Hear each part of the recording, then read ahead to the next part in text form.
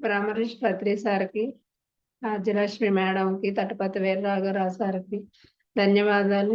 ఈ జూమ్లో ఉన్న మాస్టర్స్ అందరికీ ధన్యవాదాలండి. నా పేరు వెంకటరామమ్మ, మాది రామరెడ్డిపల్లి. నేను చెప్పబోయేది శ్రీ లలితా సహస్రనామ రహస్య అద్వైతామృతం అనే బుక్లో నుంచి ఈరోజు కొన్ని వారాల నుంచి చెప్తూ ఉన్నాను. ఈరోజు 15 శ్లోకం 16 శ్లోకం నాకు తెలిసినంత వరకు నేను వివరిస్తున్నాను మాస్టర్స్.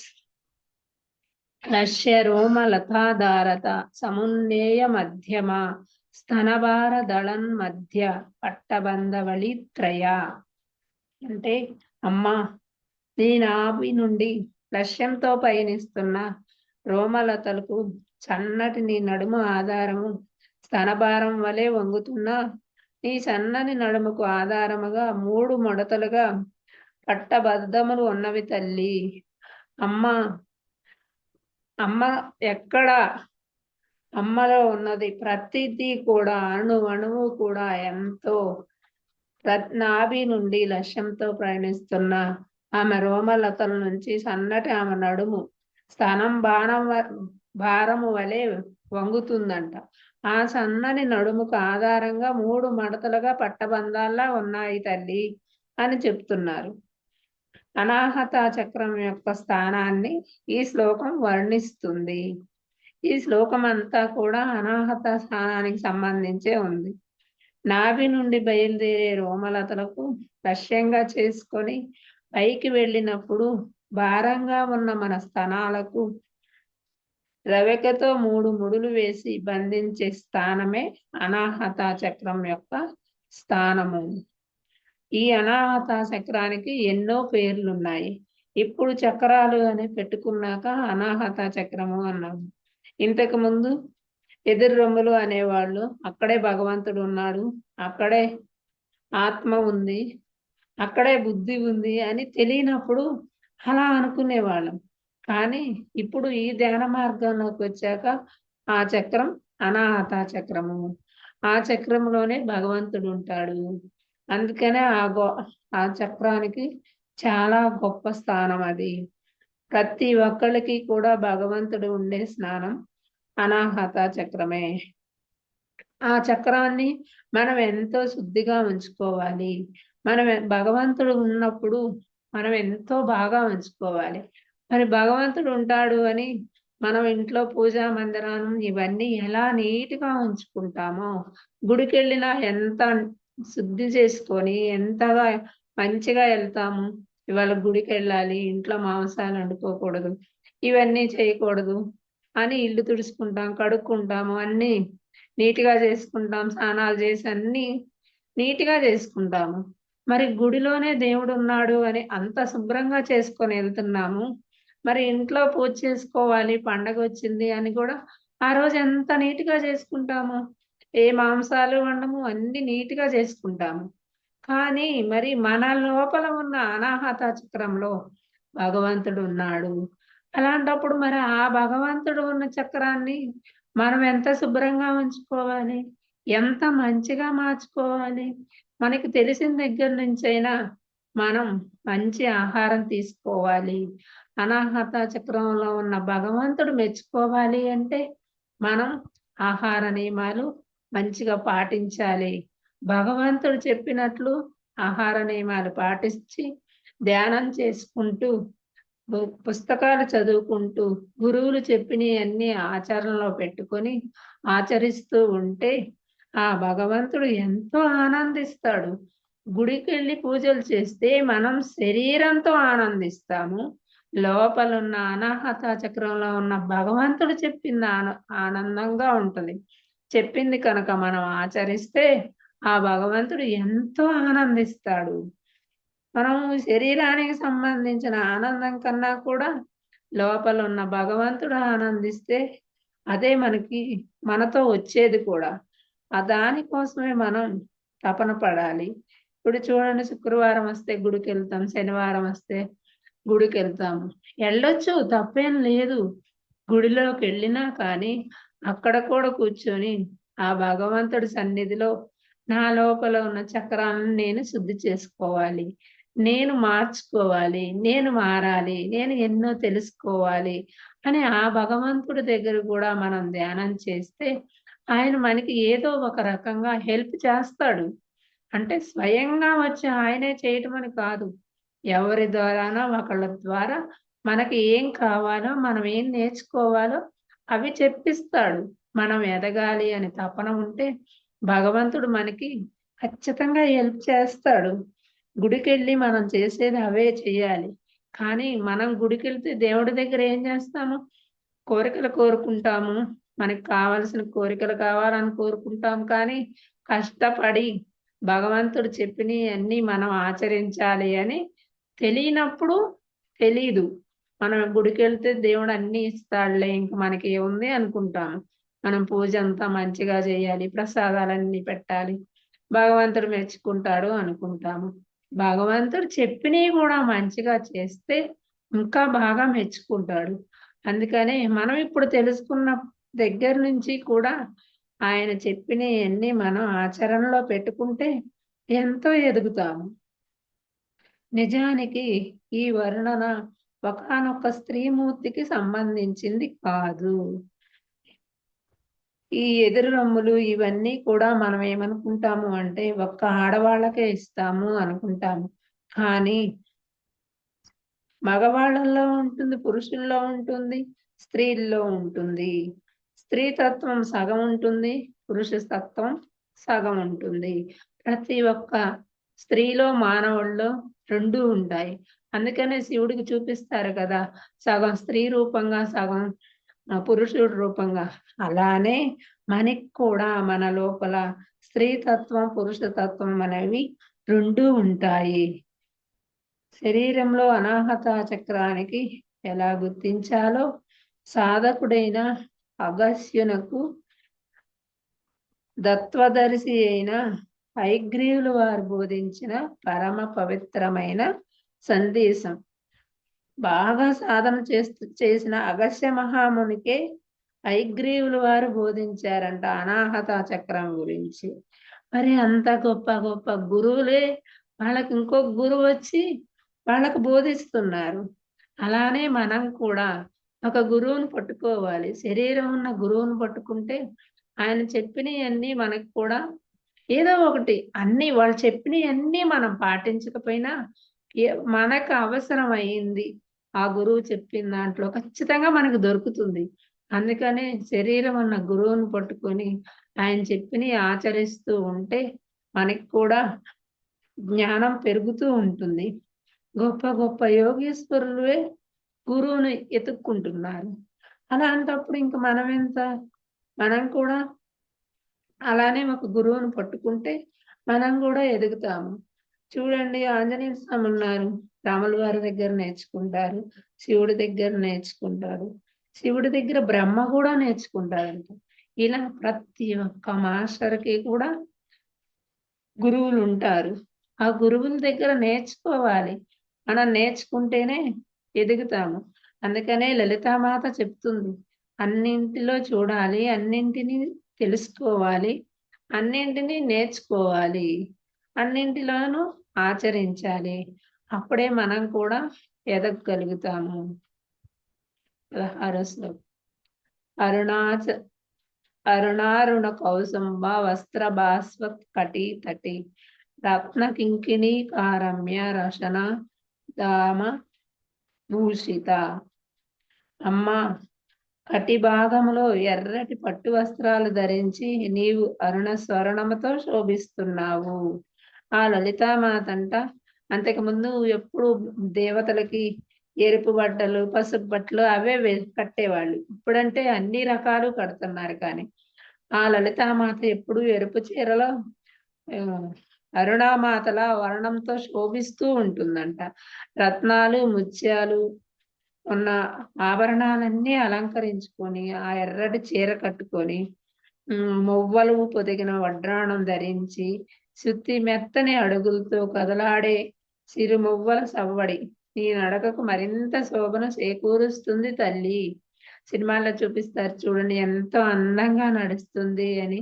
మనం దేవతల్ని విడిగా అయితే చూడలేదు, కానీ సినిమాల్లో చూపిస్తారు కదా, అమ్మ ఎంతో అందంగా నడుస్తుంది ఆ మువ్వలు మోగుతూ ఉంటే అని సినిమాల్లో చూపిస్తూ ఉంటారు. అలానే లలితామాత కూడా అలా నడుస్తూ ఉంటే ఆ భూమాత ఎంతో పులకరించిపోతుందంట. ఎందుకంటే లలితామాత భూమి మీద అడుగులు వేస్తూ ఉంటే ప్రతి ఒక్క అడుగుకి కూడా భూమాత ఎంతో ఆనందిస్తుందంట. ఇప్పుడు భూమాత మనం అనుకుంటాము భూమి ఏం మాట్లాడుతుంది అని. కానీ భూమాతంత ఓపిక కావాలి, భూమాతంత సహనం కావాలి, అది ఆడవాళ్ళలోనే ఉంటది అని ఎప్పటినుంచో అంటూ ఉండేవాళ్ళు. కానీ అది ఖచ్చితంగా ఉంటుంది. కానీ ఇప్పుడంత మనకెవరికీ ఉండట్లేదు. ఎందుకు అంటే కొంచెం ఏదన్నా చేసేసరికేనే నీరసం వస్తుంది. ఇంకా మనకి సహనం ఏముంటుంది? అప్పుడు ఆ లలితామాత భూమి మీద నడుస్తుంటే ఆ భూమాత ఆమె ఎనర్జీని భూమాత ఎనర్జీని, లలితామాత ఎనర్జీని 2 కనెక్ట్ అయ్యేసరికి ఎంతో పరవశించిపోయిందంట భూమాత. అందరూ కూడా ఈ భూమి మీద తిరిగే ప్రతి మానవులు కూడా లలితామాతలాగా మంచిగా తయారైతే ఆ భూమాత ఎంతో పరవశించిపోతూ ఉంటుందంట. మనమేమనుకుంటాం మనకేం తెలీదు కదా! భూమాతకి రోజు నమస్కారం జేసుకోవాలి. భూమాతని ప్రేమించాలి. మనం భూమే లేకపోతే మనం ఎక్కడ జీవిస్తాము? ప్రతిదీ మనం ఈ భూమి మీద చేయాల్సిందే కదా! అందుకని పొద్దున ఉదయం లేవగానే భూమాతకి నమస్కారం చేసుకోవాలి. అమ్మ లేసిన దగ్గర నుంచి పడుకునే వరకు నీ మీదేనమ్మా నడిసేది. ప్రతి పని నీతోనే ఉంటుంది అని ఆవిడకి నమస్కారం చేసుకోవాలంట. మళ్ళీ సాయంత్రం మన పనులన్నీ అయిపోయి మళ్ళీ మనం బెడ్డెక్కేటప్పటికి అమ్మ ఈ రోజంతా ఎంతో ఆనందంగా ఈ భూమి మీద అన్ని పనులు సంతోషంగా చేసుకున్నామమ్మా. నీ ఆశీర్వాదం వల్లేనమ్మా అని ఆవిడకి రోజు కృతజ్ఞతలు చెప్పుకుంటే ఆవిడ ఎంతో ఆనందిస్తుందంట. అలా మనం రోజు అలా మాట్లాడుతూ ఉంటే కొన్ ఎప్పుడు ఏదో ఒక రోజు భూమాత మనకు మెసేజ్ ఇస్తూ ఉంటుందంట. ఇలానేనండి ఒకసారి మేము కోదాడలో ర్యాలీకెళ్ళాము. అక్కడ ఏం జరిగింది అంటే ఒక మేడం శాకాహార ర్యాలీలు చేశాము. ర్యాలీలు చేసినప్పుడు ఆవిడకి ఒక రాయి తగిలి కింద పడింది. ఆవిడ బాగా చేస్తుంది శాకాహార ర్యాలీలు.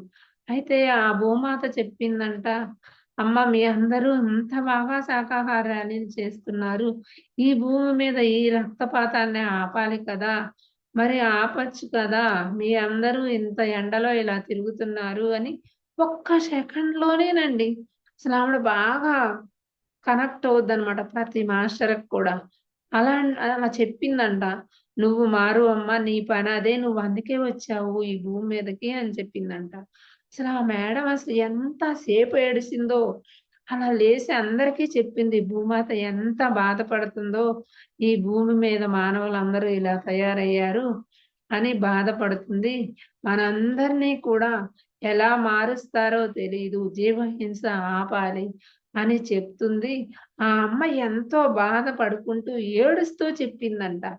అలా ఆ మేడం లేసి ఇంకా అక్కడ క్లాస్ చెప్తుంది. ఆ క్లాస్‌లో చెప్పి ఏడుస్తుంటే 200 మంది కూడా ఏడవనోళ్ళు లేరు. ఎందుకు అంటే భూమాతే అలా ఏడ్చింది అంటే, అసలు మనం ఎంత పిచ్చి పని చేశాము ఇప్పటిదాకా. ఇప్పుడు దాకా మనం అజ్ఞానంలో ఉన్నాం కాబట్టి, ఇలా కోళ్ళు, మేకలు ఇవన్నింటిని చంపి భూమాతని ఎంత బాధ పెట్టామో అని అందరూ కూడా ఏడ్చారండి అసలు. ఆవిడకి మెసేజ్ ఇచ్చారంట. అలానే మనం కూడా రోజు భూమాతకి కృతజ్ఞతలు చెప్పుకుంటూ ఉండాలి. ఆ అమ్మ మీదే కదా మనం నడిచేది కూడా. మనం ఎక్కడో దేవతలు లేరు. మన కాళ్ళ కింద ఉన్నారు. మనం తిరిగేది భూమాతే. ప్రకృతి మాతలో తిరుగుతున్నాము. అందరూ మాస్టర్స్ ఉన్నారు. అందుకనే మనం ఏదో ఒకటి మాట్లాడుతూ ఉంటే య మనకు అవసరం వచ్చినప్పుడు మనకు మెసేజ్ వస్తూ ఉంటది.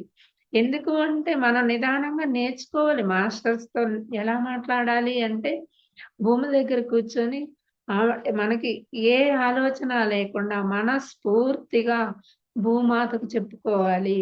మనకేదన్నా నేర్చుకోవాలని ఉందన్నా, మనకున్న సమస్య గురించైనా అలా చెప్పుకుంటూ ఉంటే మనకి కూడా ఏదో ఒక రోజు అర్థమవుతుంది అమ్మ చెప్పిన మాటలు. అలానే ఒక మేడం ఒక చెట్టు దగ్గర కూర్చొని రోజు ఆ చెట్టుతో కబుర్లు చెప్తూ ఉంటదంట. అందరూ అనుకునే వాళ్ళంటే ఈవిడెందుకు ఆ చెట్టుని పట్టుకొని మాట్లాడిద్ది. ఈవిడకేదో పిచ్చి అనుకుంటా అనుకున్నారంట. ఎందుకంటే వాళ్ళు ధ్యానులు కాదు. వాళ్ళు అజ్ఞానంలో ఉన్నారు. వాళ్ళకదే తెలుసు. మనం కూడా అలానే జ్ఞానంలోకి రాకముందు నేను కూడా అలానే అనుకునేదాన్ని. కానీ మనం రోజు కాసేపు ఒక్క 5 నిమిషాలు మనకు నచ్చిన ఇంట్లో మొక్కలుంటాయి కదా! కుండీల్లో. ఆ మొక్క దగ్గర కూర్చొని రోజు ఒక 5 నిమిషాలు మాట్లాడి, ఆ మొక్కతోటి అక్కడ ధ్యానం చేసుకొని, మనం ఆహ్, శాంతంగా ఆ చెట్టునే కాసేపు చూస్తూ ఉంటే, ఆ ఎనర్జీ మనకొస్తుంది. కొన్ని రోజులకి ఆ మొక్క ఏం మాట్లాడుతుంది? ఏం చెబుతుంది? ఆ మొక్క భాష ఏంటి? అనేది మనం కూడా నేర్చుకోవచ్చంట. అందుకని మొక్కలతో కూడా మాట్లాడాలి. ఇలాంటి ఎన్ని ప్రయోగాలు చేస్తూ ఉంటే, ఖాళీ టైంలో ఇంట్లో పనులన్నీ చేసుకున్న తర్వాత ఖాళీ టైంలో ఒక్క 2 నిమిషాలు కేటాయించిన అలా అలవాటైతూ ఉంటుంది. ఈ శ్లోకంలో మూలాధార, స్వాదిష్టాన చక్రాలు ఎక్కడ వ్యవస్థితమై ఉన్నాయో దర్శించిన హయగ్రీవులు దానిని అగస్త్యుల వారికి వివరిస్తున్నారు. ఈ శ్లోకంలోనంట మూలాధారం, స్వాదిష్టానం చక్రాలు ఎక్కడెక్కడ ఉన్నాయో అని హయగ్రీవుల వారు అగస్త్యుల వారికి వివరిస్తూ ఉన్నారంట. అరుణ అరుణారుణ కౌసంబ వస్త్రభాస్య తటీ తటీ. అంటే ఉదయించే సూర్యుని లాంటి ఎరుపు రంగుల మూలాధార చక్రం సూర్యుడు ఎలా ఉదయించేటప్పుడు ఎంత ఎరుపు కలర్‌లో ఉంటాడో, అలానే మన మూలాధార చక్రం కూడా అంత ఎరుపు రంగులా మెరిసిపోతూ ఉంటుందంట. మన ధ్యాన శక్తి బాగా పెంచుకున్నప్పుడు అలా మూలాధార చక్రం అంతా కూడా ఎరుపు రంగులు, పసుపు రంగులు మనం చూడండి ఫస్ట్ రోజు ధ్యానంలో కూర్చున్నా గాని రంగులు అలా కనిపిస్తూనే ఉంటాయి. అలానే మూలాధార చక్రంలో కూడా కనిపిస్తూ ఉంటాయి. సమ్మేళనమైన వస్త్రం వంటి రంగులో స్వాదిష్టాన చక్రం ఉన్నదని అరుణారుణ కౌసంబ వస్త్ర భాస్య కటీ తటీ అని నామార్థం చెప్తున్నారు. హయగ్రీవుల వారు అగస్త్యుల వారికి. అలానే ఉదయించే సూర్యుడి కాంతి వర్ణంలా పసిపి వన్నెల వస్త్రంలా ప్రకాశించే కటిక ప్రదేశంలో కూడా ఎంతో బంగారు రంగులా వెలిగిపోతూ వస్తున్నాడు సూర్యుడు. ఆ సూర్యుడి కాంతిలానే మన మూలాధార చక్రం కూడా అలా ఎరుపు, పసుపు రంగుల్లో సమ్మేళనంతో మెరిసిపోతూ ఉంటుందంట. ఎప్పుడైతే మనకి విశ్వశక్తి వస్తూ ఉంటుందో, అప్పుడు మన లోపల ఆ రంగులు కనిపిస్తూ ఉంటాయి. మనం ధ్యానంలో కూర్చుంటే ఏంటో అలా రంగులు కనిపిస్తాయి అనుకుంటాం. కానీ అలాంటి రంగులన్నీ కనిపిస్తాయి. ఎందుకు అంటే మన లోపల ఉన్న నెగెటివ్ అంతా కూడా క్లియర్ అయ్యేటప్పుడు కూడా అలా రంగులు కనిపిస్తూ ఉంటాయి. మూలాధార చక్రం, స్వాదిష్టాన చక్రం. స్వాదిష్టాన చక్రంలో స్వాదిష్టాన చక్రము అంటే నీటి తత్వము ఉంటుంది. ఆ నీటి తత్వంతో మన లోపల ఉన్న అనారోగ్య సమస్యలన్నీ కూడా ఆ స్వాదిష్టాన చక్రంలోనే ఎక్కువుంటాయంట. స్త్రీలకైతే స్వాదిష్టాన చక్రంలోనే ఉంటాయంట. రత్న కింకిణికారమ్య రసనాదానుభూషిత. మూలాధార చక్రం గుదస్థానంలోను, దానికి 2 అంగుళాల పైన జననేంద్రియాల వెనుక భాగంలోను స్వాదిష్టాన చక్రం ఉంటుంది. మణిపూరకం కిందుంటుంది మూలాధార చక్రం. మన నాభి కింద ఉంటుంది మూలాధార చక్రం. ఆ మూలాధార చక్రంలో స్వాదిష్టాన చక్రంలో శుక్రధాతువు నిలవబడి ఉంటాడు. ప్రతి చక్రానికి కూడా మనకి మాస్టర్స్ ఉంటారు. మన లోపల ఎంతో కోటాను కోట్ల మంది మాస్టర్స్ ఉంటారు. అందులోనే జన్మాంతర కర్మ బంధాలు సైన్స్‌లో అయితే క్రోమోజోమ్స్ మరి జీన్ కోడ్స్ అని అంటారు. రక్త కింకణిగా అంటే రత్న మణులులా ఇమిడి ఉంటాయంట. స్వాదిష్టాన చక్రంలో శుక్రధాతువు నిలబడి ఉన్నాడంట. అందులోనే మన జన్మాంతరాల కర్మలన్నీ కూడా మన స్వాదిష్టాన చక్రంలోనే ఉంటాయంట. ఆ కర్మలన్నీ క్లియర్ చేసుకోవాలి అంటేనే అందుకే వాటర్ ఎక్కువ తాగాలి అని చెప్తూ ఉంటారు. మన వాటర్ అంతా కూడా ఎక్కడ వెళ్ళి ఉంటుంది అంటే స్వాదిష్టాన చక్రంలో నీటి తత్వం ఉంటుందంట. అక్కడ ఉంటాయంట కర్మలన్నీ కూడా. ఆ కర్మలన్నీ దగ్ధం కావాలి అంటే అందుకనే చెప్తారు మనం ధ్యానంలో కూర్చునేటప్పుడు ఒక బాటిల్ పక్కన పెట్టుకొని కొన్ని నీళ్లు తాగి మళ్ళీ కొన్ని మన పక్కన పెట్టుకోమని చెప్తారు. ఎందుకంటే మనం ధ్యానంలో కూర్చునేటప్పుడు మన పక్కన పెట్టుకుంటే ఆ బాటిల్లో ఉన్న నీటికి కూడా ఎనర్జీస్ వస్తాయి. అప్పుడు మళ్ళీ ధ్యానంలో నుంచి లేవగానే ఆ నీటిని మనం తాగితే ఆ ఎనర్జీ కూడా మన లోపలికెళ్తుంది.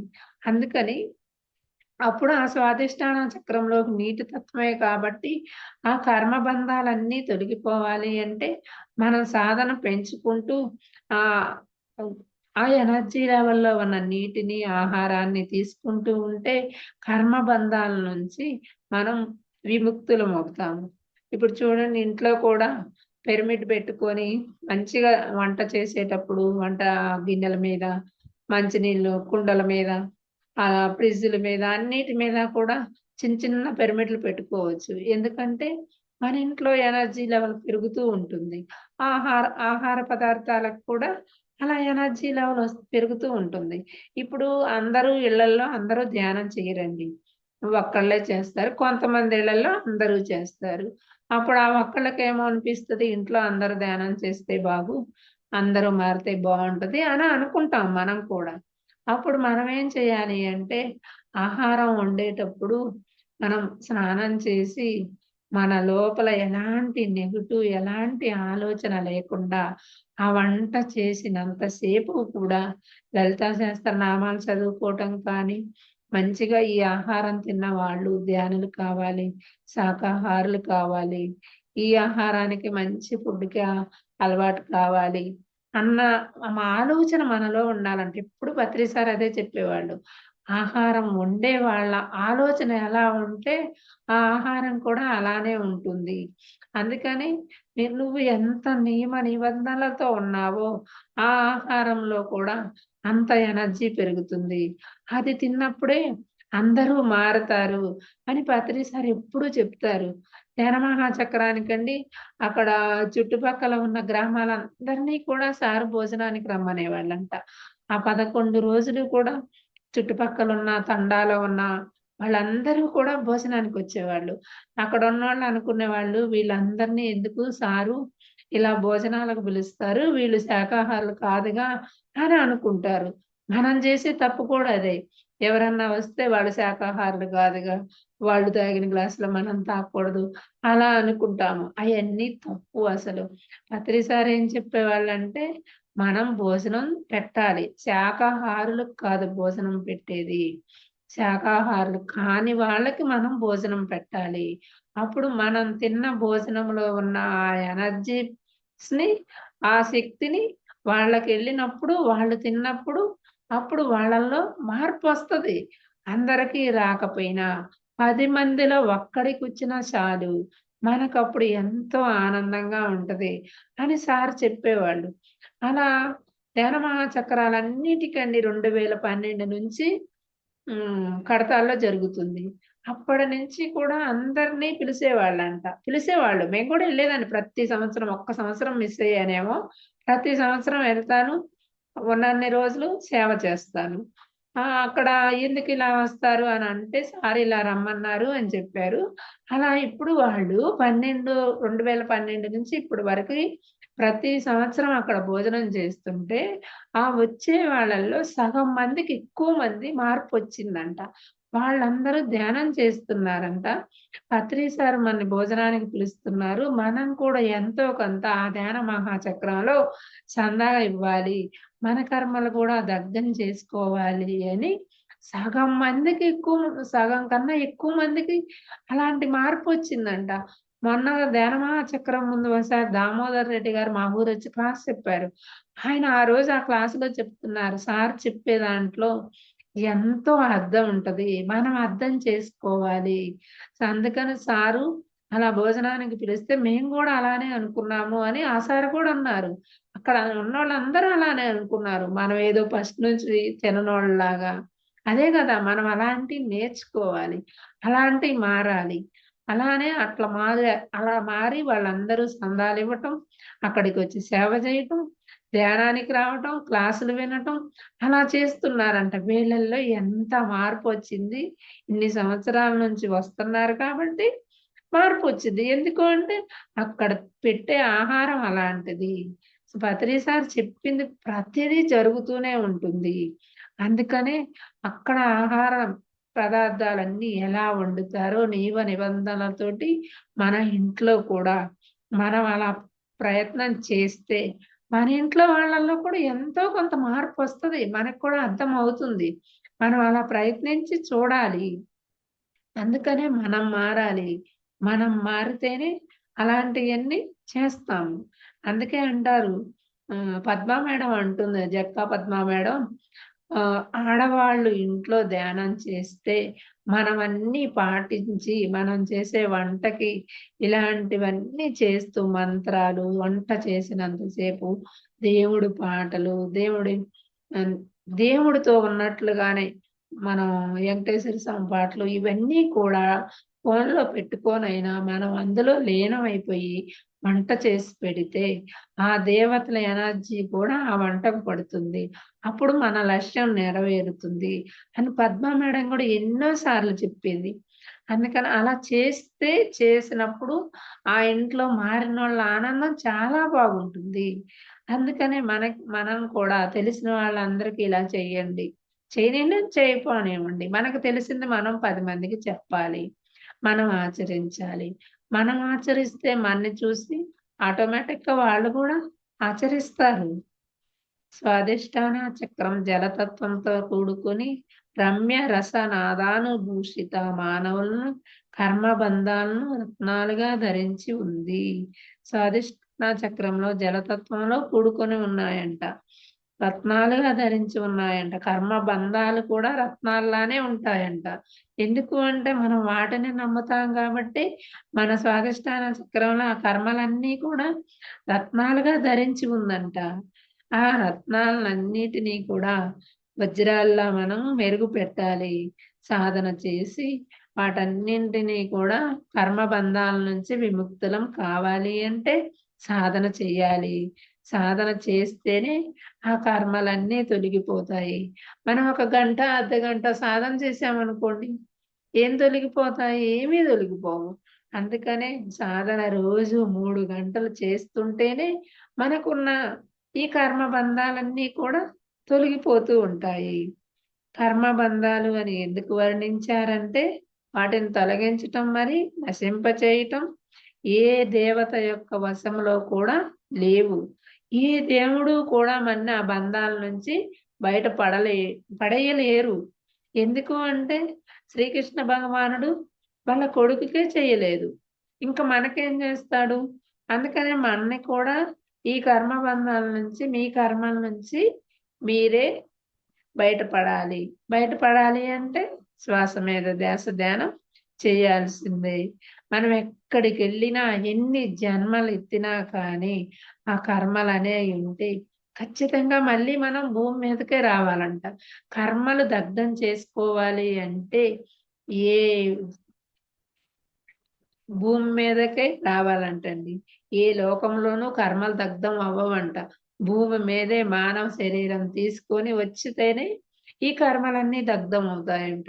అందుకనే అప్పుడు దేవతలు కూడా ఈ భూమి మీదకొచ్చి చూడండి శివుడు, పార్వతి. పార్వతీదేవి ఒక సీరియల్‌లో శివుడికి కళ్ళు మూస్తుంది. కళ్ళు మూయటం ఒక్క క్షణంలోనే లోకమంతా చీకటైపోతుందంట. ఆ పని గూడా తప్పు కిందకే వచ్చిందంట. మళ్ళీ పార్వతీదేవిని ఆ శివుడు ఈ భూమి మీదకెళ్ళి మళ్ళీ జన్మ తీసుకొని ఆ కర్మకు ఫలితం అనుభవించరమ్మా అని చెప్తాడు. నేనప్పుడు అనుకున్నాను. కళ్ళు మూయటం గూడా తప్పు అని శివుడు పార్వతిని మళ్ళీ జన్మ తీసుకొని తపస్సు చేయమన్నారు. మనం ఇలాంటి ఇంకా అసలు లెక్కలేనన్ని తప్పులు చేస్తున్నాం కదా! మనం అసలు ఎన్ని జన్మలెత్తాలి? మనం ఎంత నేర్చుకోవాలి మన కర్మలు దగ్ధం అవ్వాలి అంటే, అని అప్పుడనిపించింది నాకు. అలానే మనం కూడా ఇలాంటి దేవుడి సీరియల్లన్నీ చూస్తే మనకు కూడా కొంత కొంత అర్థమవుతుంది. ఓహ్! దేవుళ్ళు కూడా చాలా అనుభవించారు. వాళ్ళు ఈ భూమి మీదనే జన్మ తీసుకొని వాళ్ళు కూడా కర్మలన్నీ దగ్ధం చేసుకున్నారంట. అందుకనే మన భారతదేశం దేవతల పుట్టిల్లు, ఎంతో గొప్ప దేశం, పుణ్యభూమి అని పాట కూడా ఉంటుంది కండి. ఇంత గొప్ప పుణ్యభూమి మీద మనం జన్మ తీసుకొని మనం ఈ కర్మలన్నీ దగ్ధం చేసుకోవడానికి ఇలా తపస్సు అంటే నిజంగా ఎంత అదృష్టవంతులమోనండి మనం ఈ భూమి మీద పుట్టడమే. కానీ ఇప్పుడు మన వాళ్ళకి ఈ జన్మభూమి ఎవ్వరికీ నచ్చట్లేదు. ఈ భారత భూమి అంటేనే నచ్చట్లేదు. అంతా ఇంగ్లీషు వేరే దేశాలే అన్నాయి. అది నచ్చుతుంది గానీ, ఇది ఎంత గొప్పదో అన్నది ఎవరికీ నచ్చట్లేదు. ఈ గొప్పతనం ఏంటి అంటే, సాధన చేసే వాళ్ళకి, జ్ఞానం చేసే వాళ్ళకే తెలుస్తుంది. ఈ గొప్పతనం ఏంటి అంటే, దేవతలందరూ ఈ భూమి మీద దానం చేశారు. మరి ఈ భూమికి అందుకనే అంత ఎనర్జీస్ ఉన్నాయి. మరి వాళ్ళందరూ తిరిగిన ప్రదేశం మీదనే మనం ఇక్కడ ధ్యానం చేశాము. ఇక్కడ మా పక్కన ఒక కొండ ఉంటదండి. ఆ కొండ మీద బుద్ధుడు ధ్యానం చేశాడంట. ఆ కొండంతా తిరిగాడంట. మాకెంత కిలోమీటర్‌న్నర ఉంటది. కానీ మాకు తెలీదు. మేము అమరావతిలో ధ్యాన మహాచక్రం వెళితే అక్కడ మ్యూజియంలో పెట్టారు. ఫలానా ఊరు పక్కన గట్టు మీద బుద్ధుడు ధ్యానం చేశాడు. అక్కడ కొండల్లో బొమ్మలు అని అక్కడ పేర్లు చూసిన తర్వాత అప్పుడు తెలిసింది మాకు. మనకి ఇంత పక్కనున్నా గాని తెలియలేదు. ఇక్కడికొస్తే తెలిసిందా అని మేము అప్పుడు అనుకుని అప్పటి నుంచి అప్పుడప్పుడు అందరం కలిసి ఎళ్తాం. ఆ కొండ మీద ధ్యానం చేస్తాము. ట్రెక్కింగ్ లాగా తిరుగుతాము. కానీ చాలా బాగుంటదండి. ఎందుకంటే ఆ బుద్ధుడు తిరిగి ఆయన ధ్యానం చేశాడు గాబట్టి, ఆ భూమిలో ఆయన ఎనర్జీస్ ఉంటాయి గాబట్టి, మనం కూడా ఆ ఎనర్జీలో ఉన్నంత సేపు ఎంత బాగుంటదంటే ఇక ఏం గుర్తురావు. మన కర్మలు అన్నీ పోయాయి. ఎంత ఆనందంగా ఉన్నాము అన్నట్టే ఉంటుంది. అందుకనే మన ఈ భారతదేశం అంత గొప్పది అని దేవతలందరూ కూడా చెప్తున్నారు. మానవుడు తనంతట తాను వాటిని స్వయంగా అనుభవించాలి. మనం స్వయంగా అనుభవించాలి ఏదైనా సరే. లేదా ధ్యాన సాధన ద్వారా ఆలోచన రహిత స్థితికి వెళ్ళి జ్ఞాన పరిపక్వతను పొంది ఆ అవగాహనతో తనకు తానుగా తన కర్మల్ని నశింపచేసుకొని వాటి నుంచి ముక్తిని పొందాలి. చూడండి, మనం ధ్యాన సాధన చేసి ఆలోచనలు లేని స్థితికి రావాలి. అప్పుడు జ్ఞాన పరిపక్వం పొందుతాము. ఆలోచన లేని స్థితికి వచ్చినప్పుడే ఆ జ్ఞాన పరిపక్వతను పొంది అవగాహనతో మనం మన కర్మలన్నింటినీ కూడా నశింప చేసుకుంటాము. కర్మలన్నీ ఎప్పుడైతే నశింప చేసుకున్నామో ముక్తిని పొందుతాము. అందుకనే శ్రీకృష్ణ పరమాత్మ ఏమన్నారంటే భగవద్గీతలో ఉద్ధరేనా ఉద్ధరేదాత్మనాత్మానం అని శ్రీకృష్ణుడు భగవద్గీతలో చెప్పారు. ఉద్ధరేదాత్మనాత్మానం అంటే నిన్ను నువ్వే ఉద్ధరించుకో. నిన్నెవ్వరూ ఉద్ధరించలేరు. నీ లోపలే ఉన్నారు దేవతలందరూ కూడా. అందుకనే చెప్తున్నారు. నిన్ను నువ్వు ఉద్ధరించుకోమంటే భయమనుకున్నావు అంటే శ్రీకృష్ణుడు నిన్ను నువ్వే ఉద్ధరించుకో అంటే శ్రీకృష్ణుడిని మనం పూజలు చేస్తే, ఆయన్ని మనం పూజిస్తే అప్పుడు ఆయన మనకి ఎన్నో వరాలిస్తాడు అని అట్లా ఆలోచించుకున్నాము. అంతా నాలోనే ఉంది. నాలో ఉన్న కర్మలన్నింటినీ కూడా దగ్ధం చేసుకోవాలి. నాలో ఉన్న భగవంతుడినే ఉద్ధరించుకోవాలి అని చెప్తే, నాలో అని చెప్పినప్పుడు మనమేమనుకున్నాం, మన లోపల దేవుడు ఎందుకుంటాడులే, దేవుడు నాలో అన్నాడు కాబట్టి శ్రీకృష్ణుడు లోపల ఉన్నాడు.